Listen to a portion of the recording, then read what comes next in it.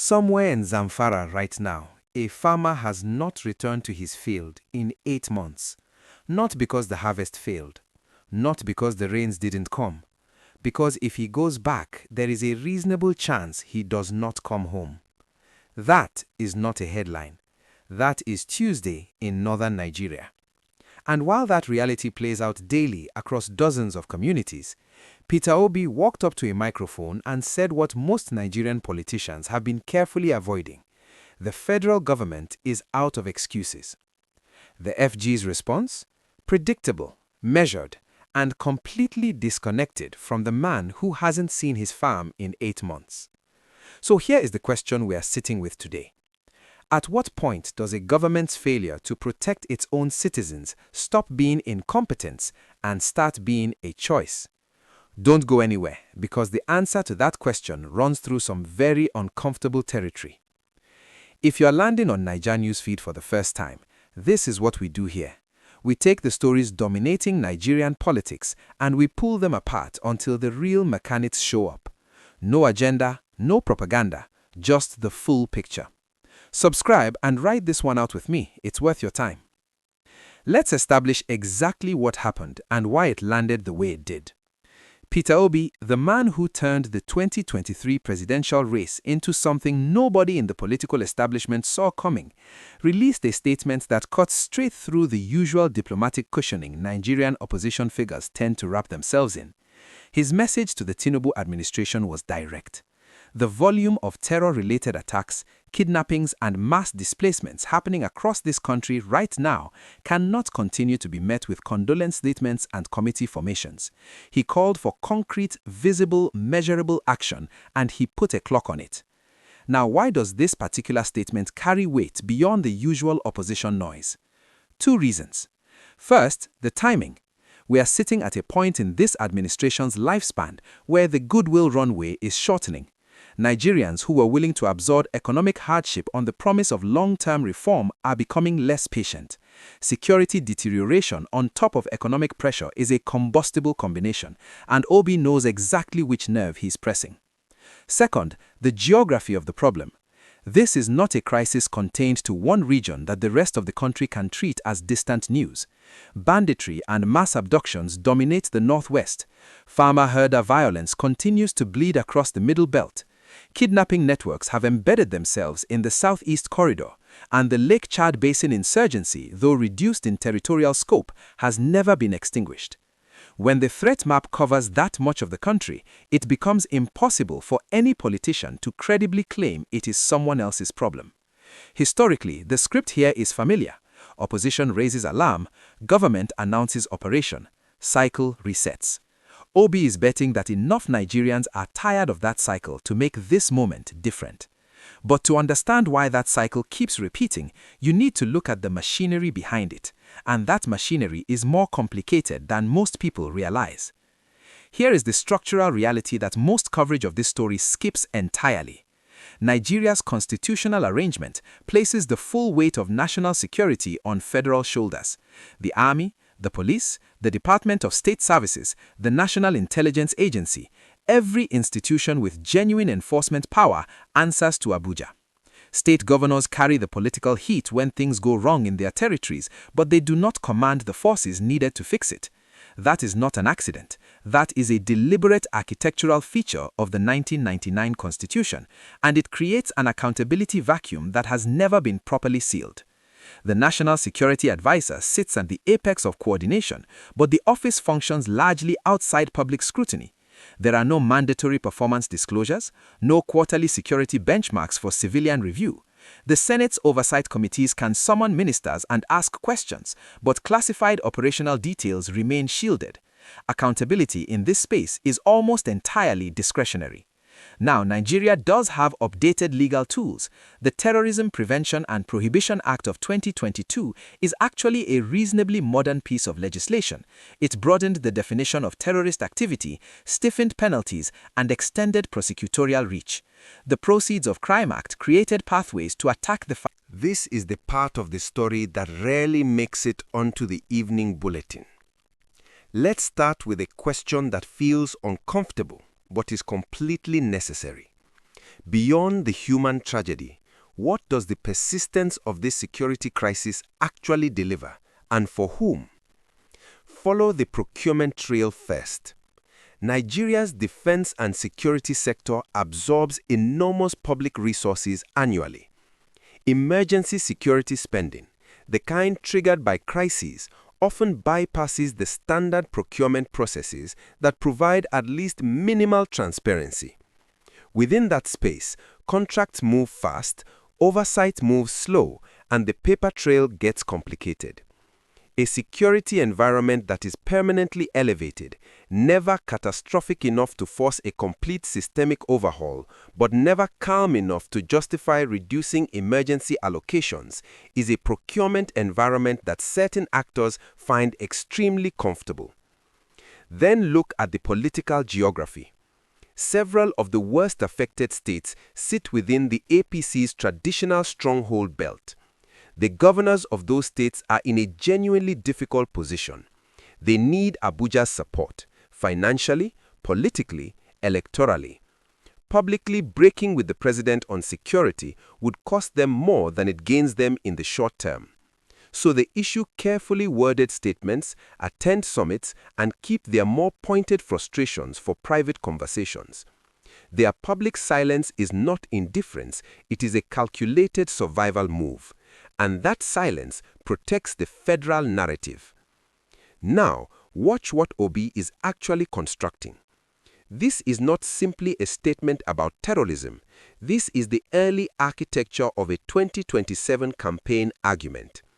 Obi's political coalition, urban, educated, multi-ethnic, and disproportionately young, responds to governance accountability arguments more than it responds to patronage politics.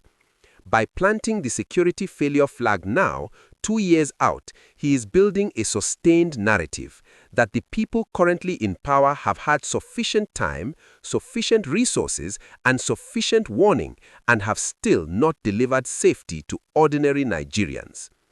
If another major attack occurs between now and 2027, and the probability of that is not low, every prior statement Obi has made becomes retrospective evidence for that argument.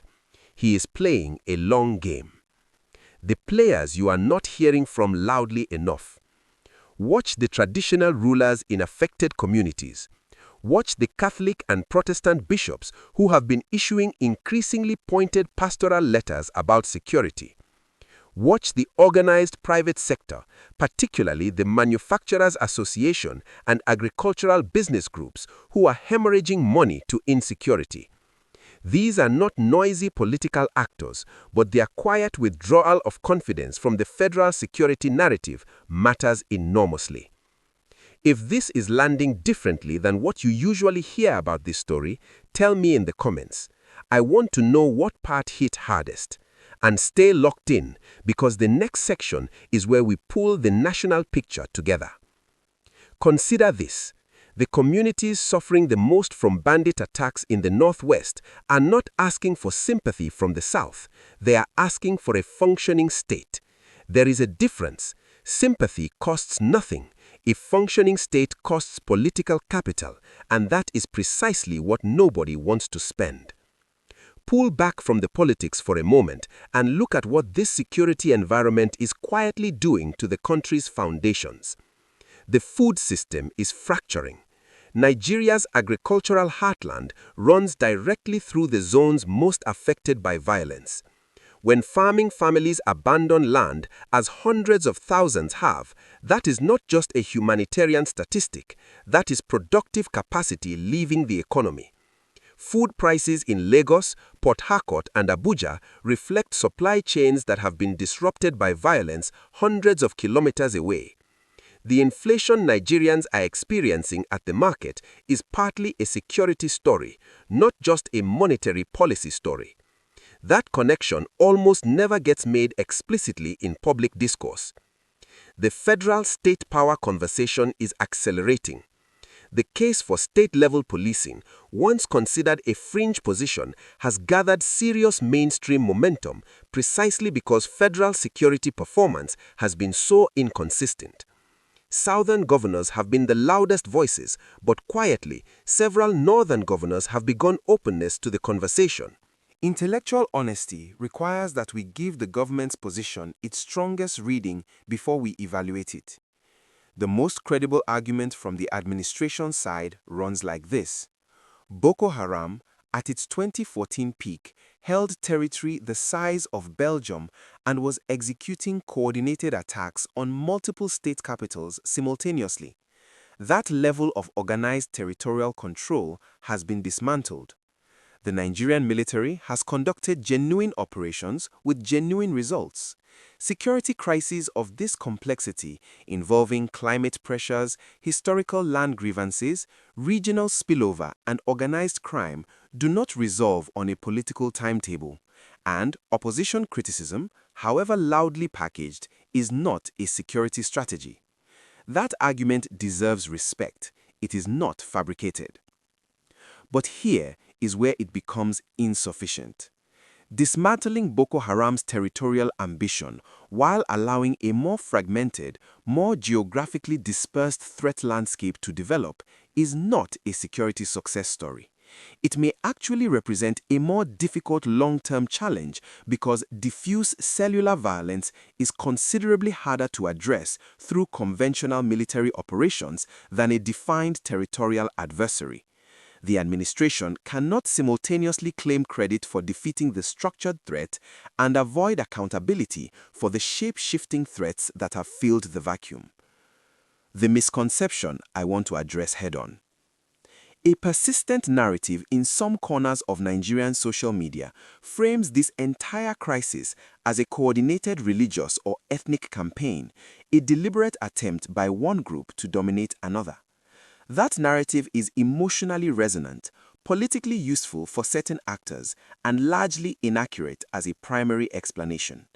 The evidence consistently points toward a more chaotic reality: criminal entrepreneurs, resource competition driven by desertification and land pressure, state absence that creates ungoverned spaces, and opportunistic violence that adopts ideological clothing when it serves recruitment purposes. Reducing that complexity to a singular ethnic or religious narrative does not help the people suffering. It helps the politicians who benefit from communal polarization. Let me tell you what to watch for, because the next few months will be revealing.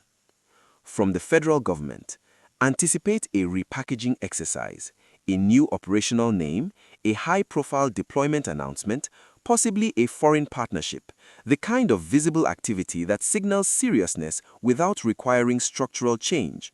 Watch whether it comes with measurable targets and a public accountability mechanism. If it does not, you have your answer about intent. From Peter Obi and the Labour Party. This statement is the opening move in a longer sequence. Watch for follow-up. Whether Obi commissions independent security assessments, engages affected community leaders publicly, or builds a formal policy document around this. If it stops at the statement, it was politics. If it develops into a sustained platform, it becomes something more significant.